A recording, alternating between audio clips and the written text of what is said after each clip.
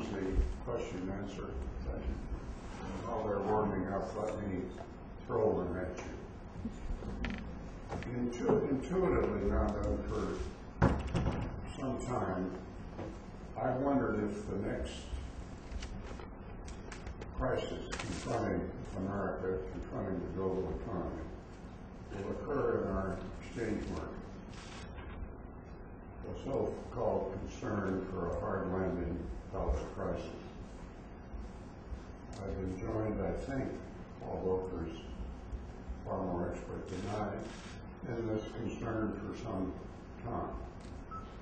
Recently, the concern has tended to multiply as I try to think through $2 trillion deficits and so forth. And I got a call the other day from a Chinese official, this was an old friend, who said, Peter, you've been talking about fiscal responsibility for longer than perhaps I should. And we are now hearing numbers like $2 trillion. And the interesting question that occurs to us is, where do you think this money is going to come from? He said in the case of China,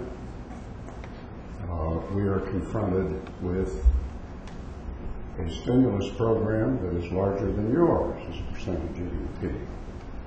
Our exports are down 25%. So my question, and I got sufficiently concerned about this that I was happy to fund a major project, and if you haven't seen the result of Bill Klein's work, I suggest you do so. I found the scenarios that he was describing both very sobering and in any event just not sustainable.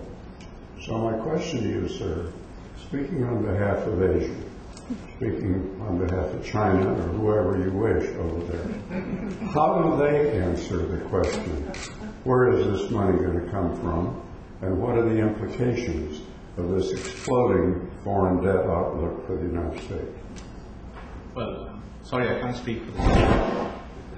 But I think, obviously, I'm sure the concern comes from the fact that where do you keep your savings? And therefore, you obviously want to keep your savings in a safe place. And therefore, if there's any kind of concern about that, then your automatic response is to see how do I hedge my bets and diversify that. So I think that's a very legitimate concern. I think it is, I don't know what exactly the thing on India, but I think everybody will probably try to diversify and hedge how they keep the savings. And that, I think, has long-term implications for what I talked about. First, when you speak of savings, you can't be talking about the United States. we don't have any savings. But is there much serious concern about the implications of this foreign debt outlook?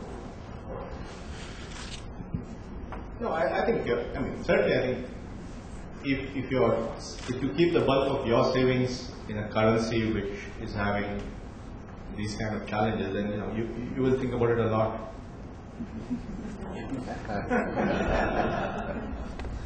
Okay, do we have other questions? Or Paul, would you like to say something on this subject? I've been pondering. You said I'm an expert on something, and I've been trying to figure out what that is. And I think I'll be silent for the moment. You haven't changed much, have you, Paul?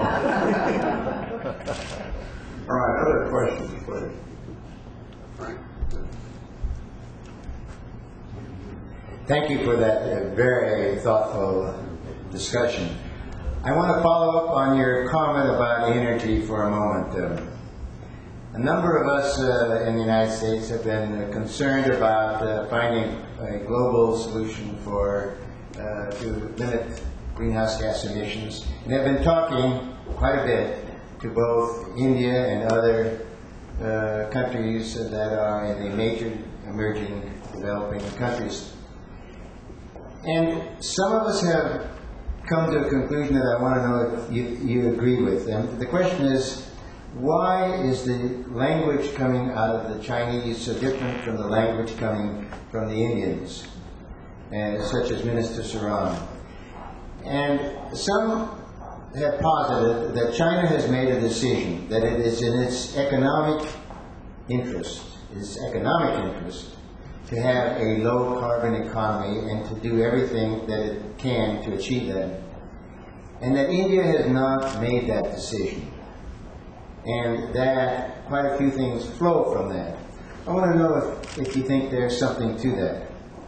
Yeah. Again, as I said, I'm a private sector guy writing a book. I'm not the spokesman for the Indian government. But I think broadly, I think two things are emerging. I think there is, and we need to distinguish the two things. One is, what should be the contours of a global deal? And second is, what do you do inside your country?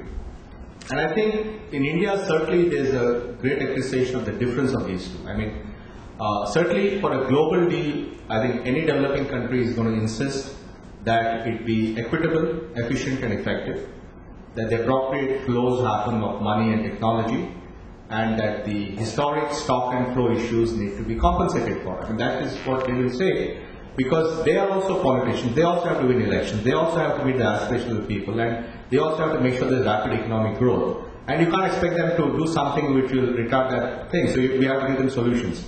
Having said that, I think in India now there is a growing realization that notwithstanding the contours of the global deal, India in any case should go towards a post-carbon economy. That's the same point that I make in my book too.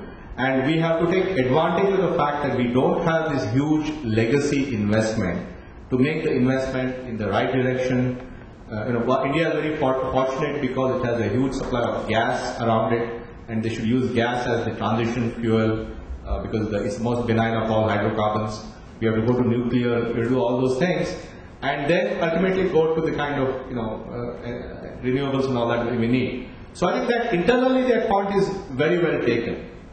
The challenge in India is that most of our subsidies are essentially from an environmental perspective bad, because we give subsidized kerosene fuel to the poor, but that's a hydrocarbon. We give subsidized fertilizer, phosphatic fertilizer made out of naphtha to the poor, to the farmers. That again is based on hydrocarbons. We give free electricity to the farmers. That again is based on hydrocarbons generated by thermal plant. So our subsidy structure is fundamentally, misaligned with the environment. So we have to change our subsidy structure to then delink it from hydrocarbons and then create the incentives to migrate to the renewable kind of thing.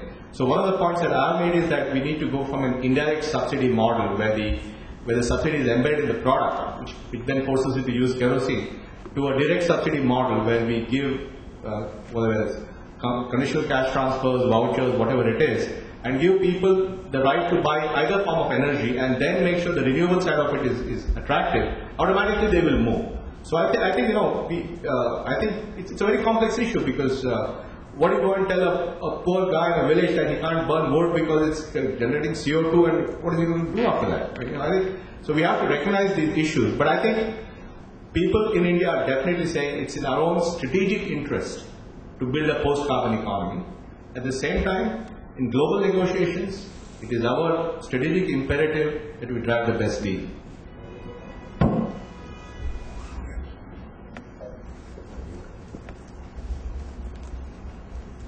Nandan, hi. Thank you, that was wonderful. Could you please talk to us a little bit more about how you see the current economic crisis affecting India? All those years we believed that the economies were decoupled, we saw certainly after the fall of Lehman Brothers that we were not decoupled.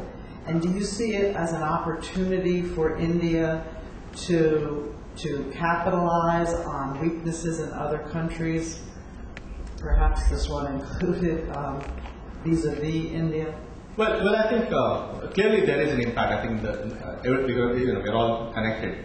Well, the impact is in terms of direct things. For example, clearly when there is less demand for your product and service, then exports will slow down, which has happened. Because of trade finance, lack of liquidity in trade finance, it's affecting goods because people don't have the money to open LCs and all that. And plus the whole issue of capital flows. When capital flows slow down, it's affected both our stock markets as well as our debt financing for infrastructure. So those direct impacts, I believe, have been there. At the same time, we don't have some of the structural challenges. The banks are robust, the regulation is very conservative, the savings rate is 35%, we have this young population, so all those things imply that if these recessionary trends go away, then India has the potential to bounce back with a fairly good economic growth rate, because it doesn't have the structural challenges that are emerging elsewhere. So I think I would see that. Now, whether it's something to take opportunity from, sure, I think a lot will depend on what happens on May 16, because I think if we get a stable coalition with a strong core, whether it's the Congress or the BJP, and they will then hopefully have a plan for quick implementation of different kinds of reforms and stimuli to get started. On the other hand, if this election throws up a combination of equally sized parties which are jockeying for power, then we could have a more difficult situation because there's no one in charge. So I think a lot will depend on what happens on May 16th. Yes, sir. Dick Cooper, my question is partly related to Frank Loy's, and so you partially answered it, but I'll ask it anyway. I think you've given an absolutely marvelous overview of changing intellectual attitudes in India, and my pointed question is, when are your ideas going to reach the diplomatic corps and the Indian foreign ministry? Because as far as I can tell, in international negotiations, they are still 35 years old. They're still using the rhetoric of the mid-70s, special and differential treatment, we're a poor country, resource transfers, technology transfers, and so forth. Now, you partially answered that by saying getting the best deal, but here I want to make the point that international negotiations are often a very good vehicle for putting pressure on changes in domestic policy if they make substantive sense. And as far as I can tell, the Indian diplomatic corps hasn't understood that point. There are certain members of the diplomatic corps of India and audience. I would defer the question to them. But I think I think it's changing. I mean, the thing is that I think, but we should not. I mean, perhaps they could do it in a better way. But I think the point is still very valid. I mean, if you take the whole issue of climate change, the fact of the matter is, before the Industrial Revolution began, we had 280 parts per million of greenhouse gas in the atmosphere. Today we have 430 parts per million. It's gone up by 150 parts per million. And all that has happened to activity in the rich countries. This has not been done by the India and China of the world. Why are you shaking your head? A study done at Oxford suggests that if you count changes in land use, 54% have come from basically Europe and North America and Japan. 46% have come from the rest of the world. So this is saying that global warming is coming out of human activity, and it's coming out of including destruction of forests. Okay, so we can debate that. Okay, but there's a question of addressing the issue of stock.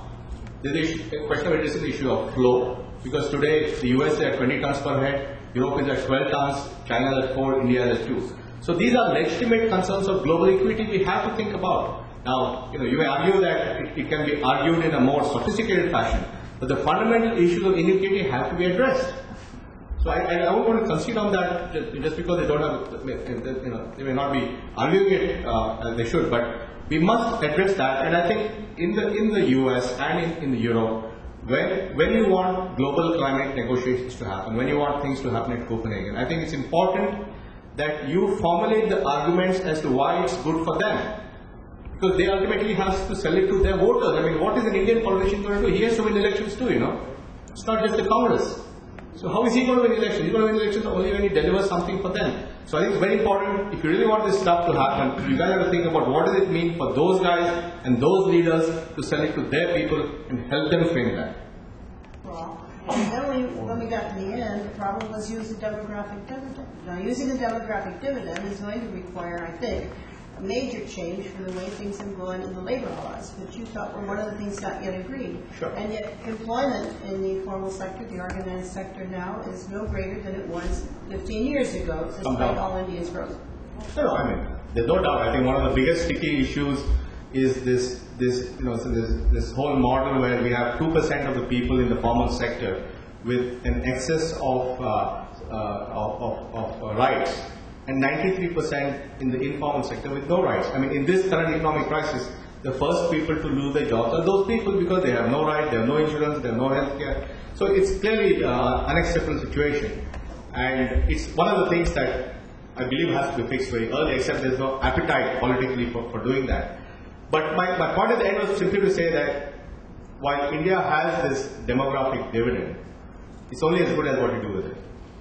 That if it doesn't address the kind of strategic reforms I talked about in the time frames that you have, it can go the other way. And the reason why it's important to all of us is that that's precisely what leads to much more divisiveness and violence in the society. If all those young men don't have work, they will be, any appeal, whether it's a religious appeal, whether it's an atavistic appeal, whether it's a caste appeal, becomes attractive. And we need to think about this now. As we are seeing in other regions, other parts of the region, very clearly that we have new challenges.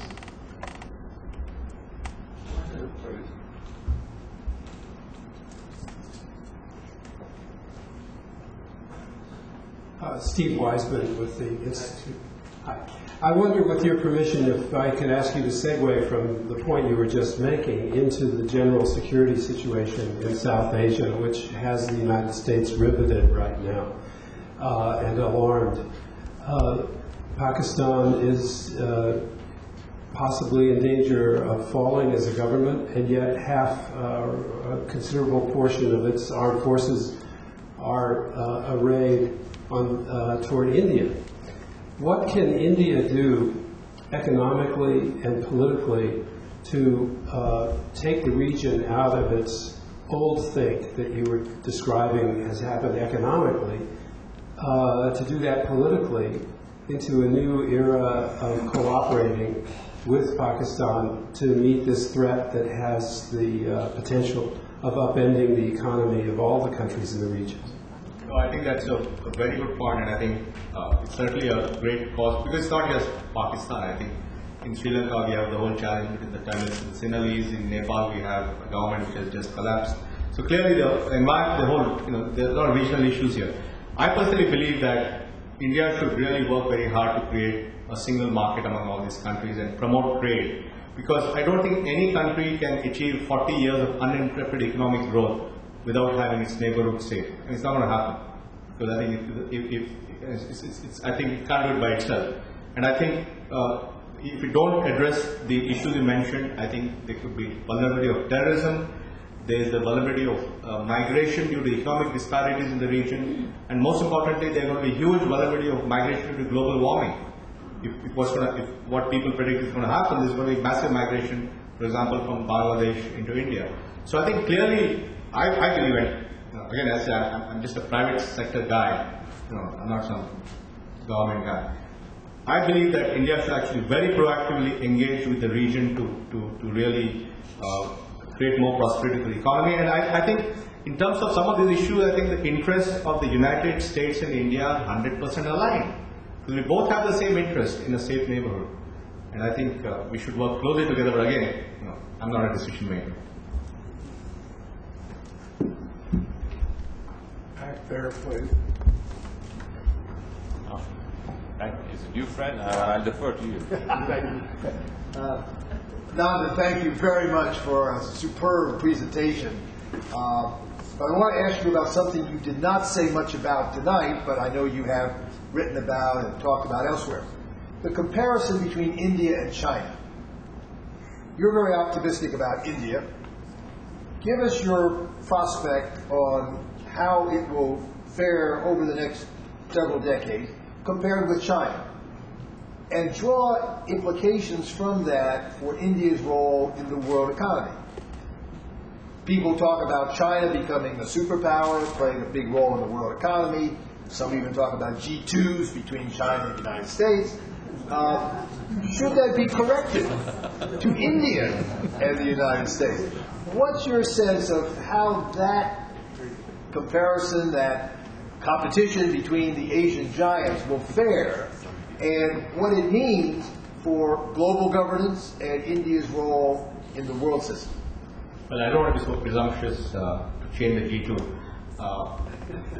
I think a lot. I think clearly, I mean, what China has accomplished economically in the last 30 years is truly extraordinary.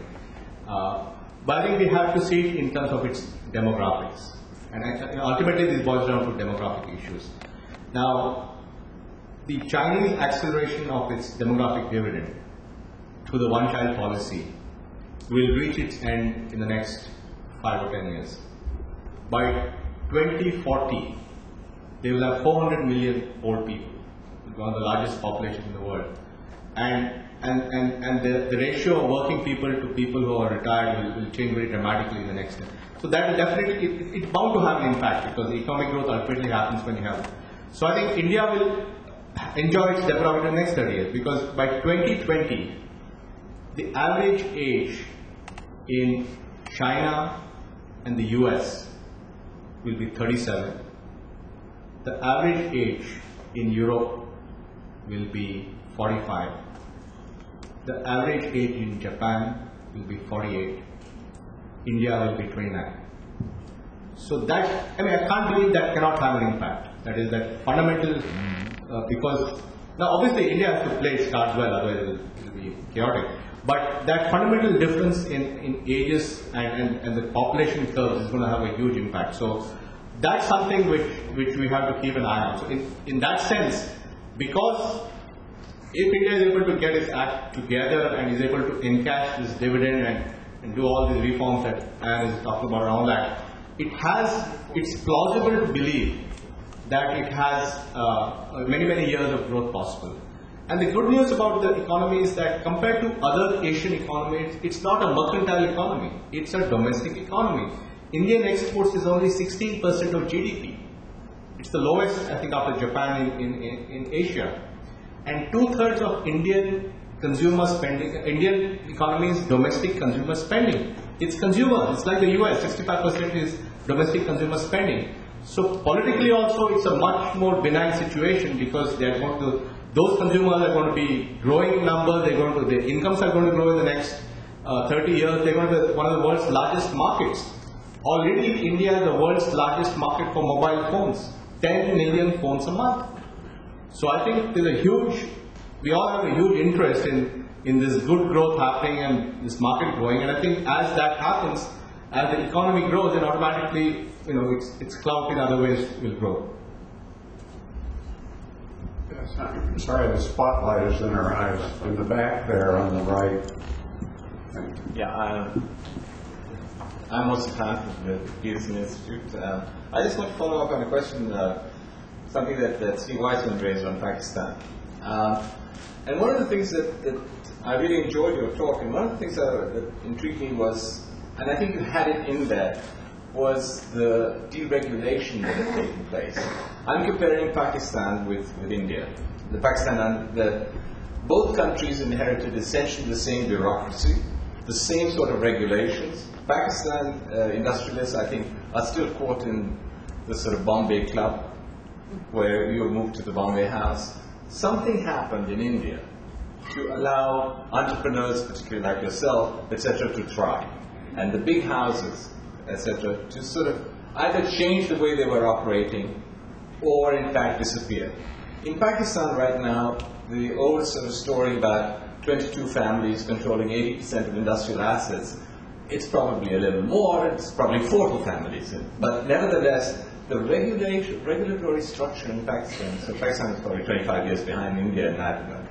The regulatory structure in Pakistan inhibits the entrepreneurial thought, it inhibits innovation, because you have to go to so many civil servants to get your permissions to do anything. I think that I just like your take on what changed in India to get sort of an idea for what one can write about here at Peterson on what should change in Pakistan. Well, I think that's a great point, and I think the persistence of some of the feudal structures in Pakistan are responsible for the challenge. I think one is, of course, I think the whole economic reforms began in '91. See, the advantage we have in India is that we have different kinds of businesses, right? We have large multinationals operating in a big way, and they've been around for many, many years, and they participate in the economy, as Procter & Gamble or Unilever, or they've been there for hundreds of years.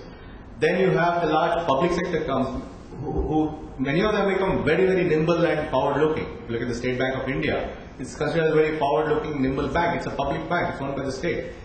Then you have the classic family businesses, right? You have the Tatas and the Birlas and so forth. And then you have people like us who have no history of business. I mean, none of the founders of Infosys come from a business background. It is because the barrier of entry for new entrepreneurs came down, right? Because of the reforms in our environment, because of the creation of our modern stock exchanges, an independent regulator, venture capital, and so on, all the other things in the ecosystem, you have lowered the barriers of entry for first generation entrepreneurs in the system. And it's not that the old guys went away. The old guys again reinvented themselves. So you have the situation where multinationals are hugely active. You have state-owned companies that have become revitalized. You have the family businesses like Bombay House, which has become a global player. And then you have thousands of guys like us who have come from nowhere. And this diversity of the ecosystem is, I think, second only to the United States. I don't know of any other place that has this diversity. And that's, now I don't know how it can, I don't know if it's just a government thing. And okay, fine, you probably need better regulation and stock markets, but you have to create lower barriers of entry for new, inexperienced people to get into business. Because in the Indian licensing model, the bureaucrat was risk averse. If he had a choice in giving a license to a Modi family versus some upstart from Bangalore, he would give it to the Modi family. And then you perpetuated the incumbent. Today it's completely turned upside down. So I think that to me is a huge difference. I think the entrepreneurial diversity of India is one of its critical success factors. Okay, on the back, please, on the right. Thank you. Suji Singh, American University. Thank you so much, Mr. Nilekani, for a fabulous talk. Will fuel half my next course. I'd like you to go back. My book to everybody.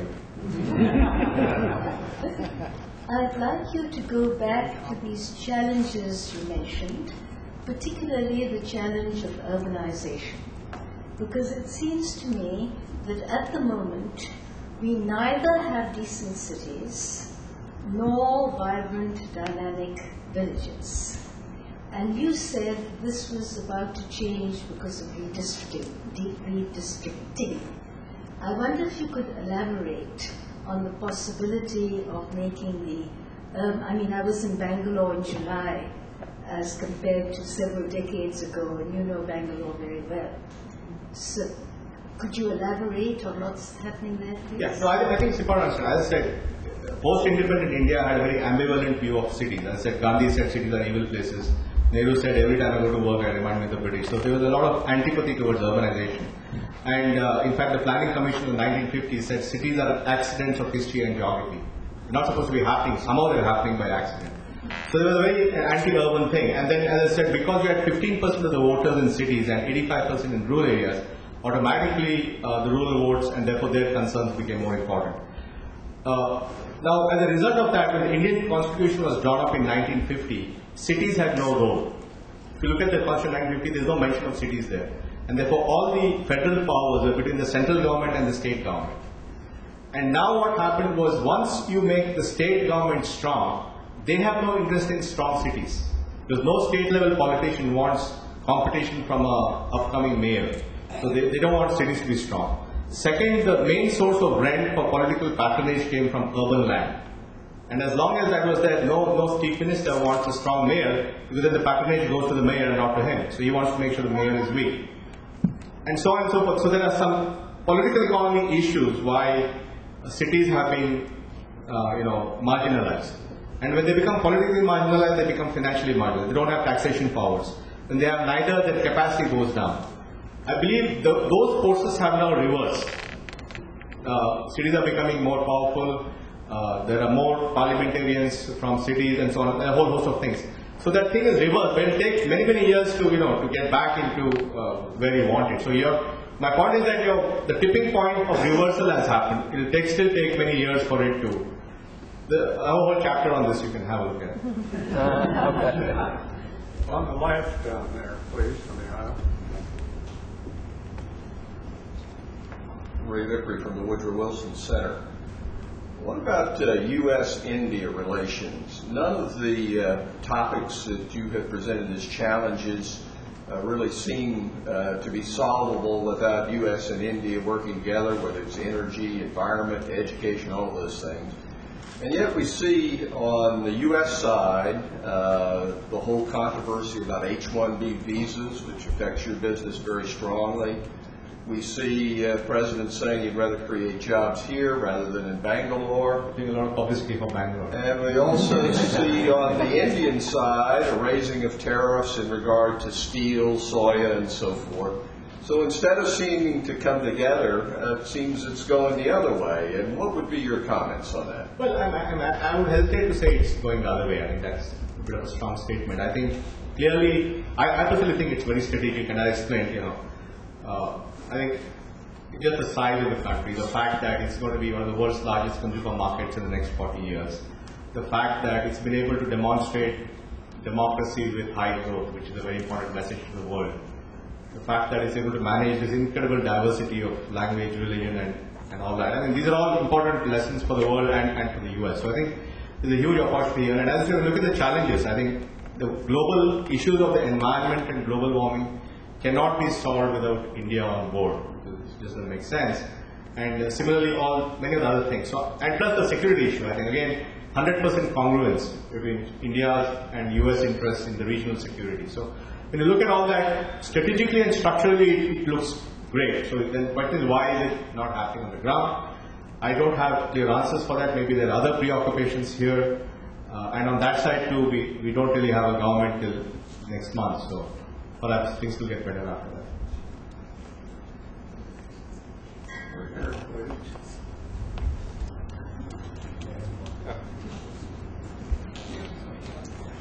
Nandan, first of all, thank you for writing a book which I thought was a fabulous read. Could you give us a sense, and we haven't talked about that very much, of what your assessment is of the recent setback that we have felt everywhere in the world, including India, because of the economic crisis? And granted, India hasn't been hit as much by the financial crisis, but still was a victim of the economic crisis. What is your assessment of that, and do you believe it actually makes it possible for India to do some things it should do anyway, in terms of rechanging trade, in terms of perhaps building rails instead of roads in the infrastructure? No, I think clearly, as I explained earlier, I think there's obviously been a huge impact in terms of exports, in terms of liquidity, all that stuff. But otherwise, it's really those kind of knock-on impacts. But definitely, I think, if you go back and look at the 1991 crisis and you talk to people who were involved in that process, people like Montek and others, they took a set of dramatic decisions in one evening. Decisions that have been pending fire for years and decades. So there's something about a crisis which, sort of clarifies the mind kind of thing. So one hope is that if you think of this as one of those crises, then hopefully a set of reforms could emerge from this, which could not have been done in more benign times, but in these times could actually be pushed through. So I think that's certainly something which we should look at. The other thing is, I think there is some amount of self-congratulation happening in India, saying because we didn't open up, we are safe or whatever. So we need to sort of get into that and explain where it makes sense to open up and where it does not, and not use this as a blanket reason to stop reforms. That's the other battle we have to fight at an intellectual level. Fred, give me my instructions, will you? How long? 2 or 3 more questions. Okay, thank you. Yes, sir. Hi, I'm Joachim von Braun from Biscuit. We look to you also as a visionary in the field of technology and science policy. What are the next steps beyond the 10 million cell phones per month? Connectivity is no longer an issue, but content and capability of use seems to be. Connecting entrepreneurs, especially in rural areas. That's what shows up in our research. So, looking into the future, what comes after simply getting the cell phone in the hands of villagers and urban poor people, facilitating the next leap forward?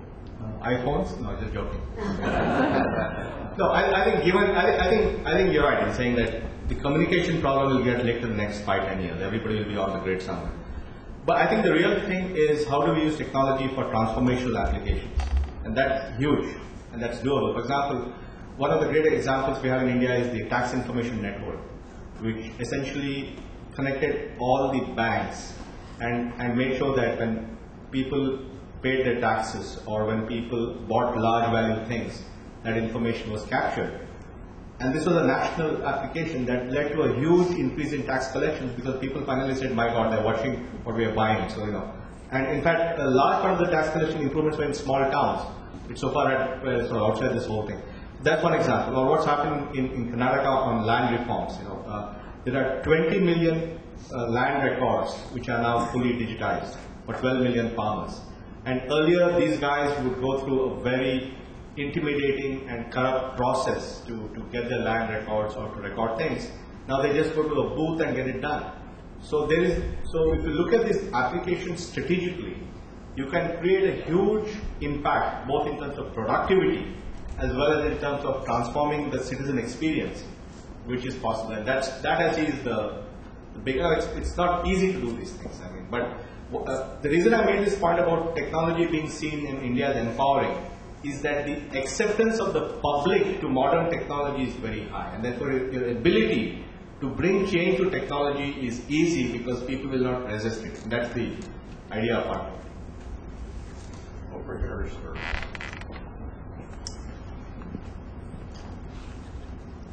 I have a short question on demographics. I'm coming from Norway and also carry carbon to India, to China, and all over the place. Some of my friends in China, they are saying that one big difference between China and India is that the women in China, they have a much stronger position and much stronger, more power than the women in India. Would you care to comment on that? I have no idea how women are in China. But one thing I know that both these countries have essentially, because of the fact that they want to have male children, have actually done the wrong thing in terms of female infanticide. In China it happened because of one child and they want to have a male child, and in India also it happened for the same reason. There are parts of India where things are pretty dismal. But overall, if you look at it, the Chinese today are at about 855 girl childs to 1,000 boy child. In India, they're about 935. So I think, I know they're strong or weaker, but certainly they haven't treated them well because both of them have really practiced female infanticide. So I don't know about this strong or weaker thing. I think both have a lot to do for the women.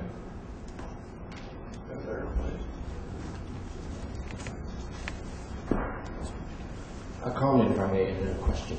I'm from China.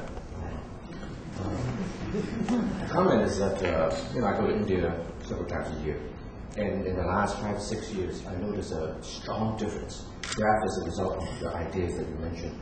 That is, all my Indian business friends now have tremendous confidence, self-confidence.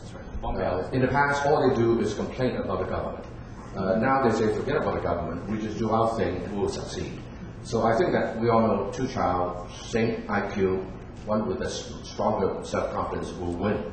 And I think that spells well for India. So when that contagion gets to the government officials, then I think your problem will be solved. But anyway, a question. You mentioned, a lot of people talk about the demographic dividend. From my perspective, it is more like the demographic powder keg. And the reason is 18-year-old powder keg, it's a problem. 18 to 30-year-old male without a job is a very bad thing, especially in a democratic system. Obviously the authoritarian countries have a problem. They can have a heart attack. Everything goes out well every day, and then suddenly, bingo, you're gone. In India, or rather in a democratic country, you have to fight every day. And I fear that the 18 to 30-year-old Indian in a democratic system may become a problem rather than a help. Then can you comment on how I'm going to absorb and create jobs for them? What about the manufacturing? And finally, can you also comment on food security and terrorism? Is that all? I mean, nothing else? No, I think, I agree with you completely. I think a demographic dividend, if it's not encashed and harnessed, can be a demographic disaster. And if these 18 to 30-year-old men don't have jobs that meet their aspirations, there will be a disgruntled, unhappy, resentful, divisive, and violent. And I absolutely agree with you that that's a powder keg. That's the same powder keg that's happening in the region. It's a lot to do with the demographics of these countries where they don't have enough work.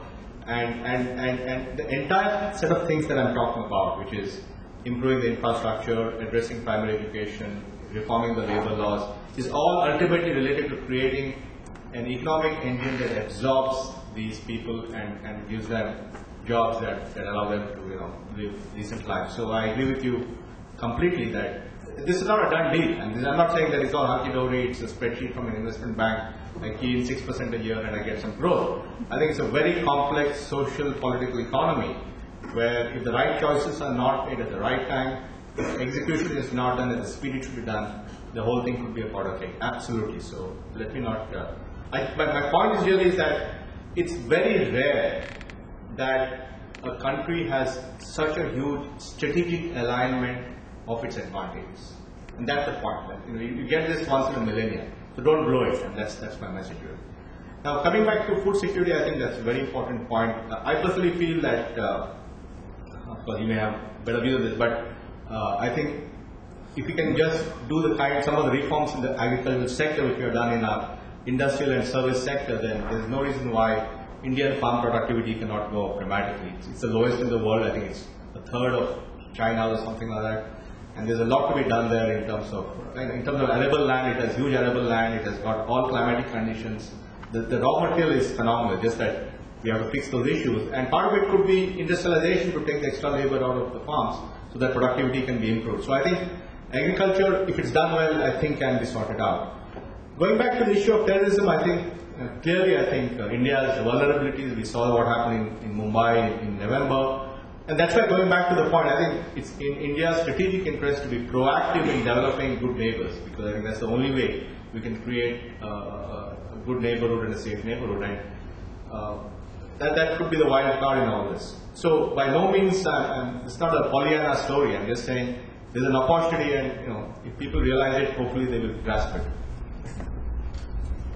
I don't know if I may say this, sir. I've known you for years to be a man of depth and substance, but I've never heard you speak before. And it seems to me you are a true rarity in the United States, a billionaire with charisma. You lead the way. I have negative charisma. Thank you all very much.